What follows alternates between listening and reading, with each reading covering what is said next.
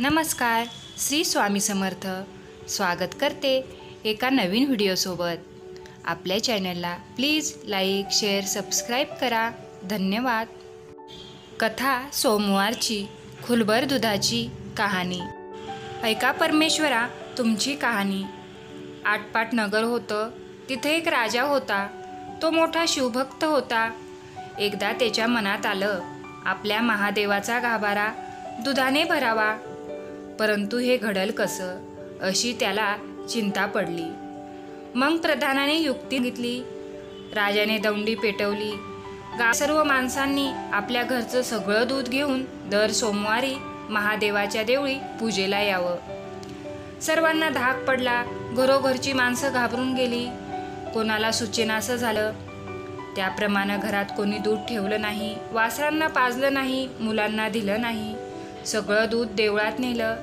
गावचं सर्व दूध गाभाऱ्यात पडलं तरी देवाचा गाभारा भरलाच नाही. दुपारी एक चमत्कार झाला. एक म्हातारी बाई होती. तिनं आपल्या घरचं कामकाज आटपलं. मुलाबाळांना खाऊ घातलं. लेकी सुनांना नाव घातलं. काही वासरांना चारा घातला. त्यांचा आत्मा थंड केला.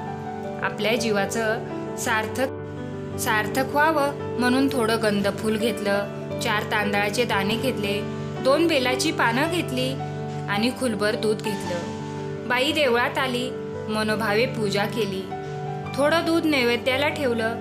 देवाची प्रार्थना केली. जय महादेवा नंदिकेश्वरा. राजानं पुष्कळ दूध तुझ्या गाभाऱ्यात घातलं पण तुझा गाभारा भरला नाही. माझ्या खुलभर दुधानेही भरणार नाही. पण मी आपली भावभक्तीने अर्पण करते. असं म्हणून राहिलेलं दूध गाभारी अर्पण केलं. पूजा करून मागे परतली. इकडे चमत्कार झाला. म्हातारी परतल्यावर गाभारा भरून गेला. हे गुरुवानं पाहिलं. राजाला कळवलं परंतु त्याचा काही केल्या पत्ता लागेना. दुसऱ्या सोमवारी राजानं देवळी शिपाई बसवले तरीही शोध लागला नाही. चमत्कारही असाच झाला. पुढे 3ऱ्या सोमवारी राजा बसला. म्हातारीच्या वेळेस गाभारा भरला. राजानं तिचा हात धरला. म्हातारी घाबरून गेली. तिला अभयवचन दिलं. तिनं कारण सांगितलं. तुझ्या आज्ञेनं काय झालं. वासरांचे मुलांचे आत्मे तळतळले. मोठ्या माणसांचे हाय हाय माथी आले.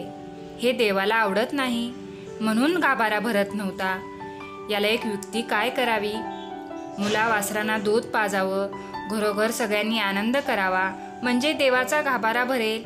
देव संतुष्ट होती. नंतर राजानं म्हातारीला सोडून दिलं. गावात दौंडी पेटवली. 4थ्या सोमवारी राजानं पूजा केली. मुलाबाळांना गाई वासरांना दूध ठेवून उरलेलं दूध देवाला वाहिलं. हात जोडून प्रार्थना केली. डोळे उघडून पाहतात तो देवाचा गाभारा भरून आला होता. राजाला आनंद झाला. म्हातारीला इनाम दिले. लेकी सुनांना घेऊन ती सुखानं नांदू लागली. तसे तुम्ही आम्ही नांदू ही 60 उताराची कहाणी 5 उतरी सुफळ संपूर्ण. ओम नमः शिवाय.